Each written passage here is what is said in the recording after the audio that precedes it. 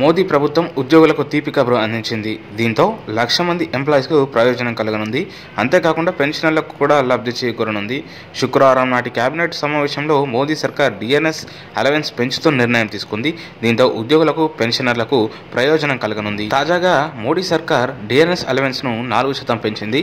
ఇది 2020 జనవరి 1 నుంచి అమల్లోకి వస్తుంది. దీంతో 35 లక్షల మంది కేంద్ర ప్రభుత్వ ఉద్యోగులకు, 25 లక్షల మంది పెన్షనర్లకు కూడా లబ్ధి చేకూరనుంది. కేంద్ర కేబినెట్ సమావేశంలో కేవలం డిఎన్ఎస్ అలవెన్స్ డిఏ పెంచుతూ మాత్రమే కాకుండా ఇంకా పలు నిర్ణయాలు తీసుకున్నట్లు విశ్వసనీయ వర్గాల సమాచారం. యెస్ బ్యాంక్ పునరుజ్జీవన ప్రణాళికల కేంద్ర ప్రభుత్వం ఆమోదం తెలిపినట్టు తెలుస్తుంది. అంతేకాక కరోనా వైరస్ వల్ల ఆర్థిక వ్యవస్థపై ప్రభావం పడకుండా ఉండేందుకు ఎలాంటి నిర్ణయాలు తీసుకోవాలనే అంశంపై కూడా బాగా చర్చ జరిగినట్లు సంబంధిత వర్గాల తెలిపాయి. ఇకపోతే కేంద్ర ప్రభుత్వ ఉద్యోగులు ఎప్పటి నుంచో కనీస వేతనం ఫిట్మెంట్ పెంపు కోసం డిమాండ్ చేస్తూనే వస్తున్నారు. మోదీ సర్కార్ ఇదివరకు కనీస వేతనాన్ని 18,000కు పెంచింది. అయితే ఉద్యోగులకు మాత్రం 26,000 కనీస వేతనాన్ని డిమాండ్ చేస్తున్నారు.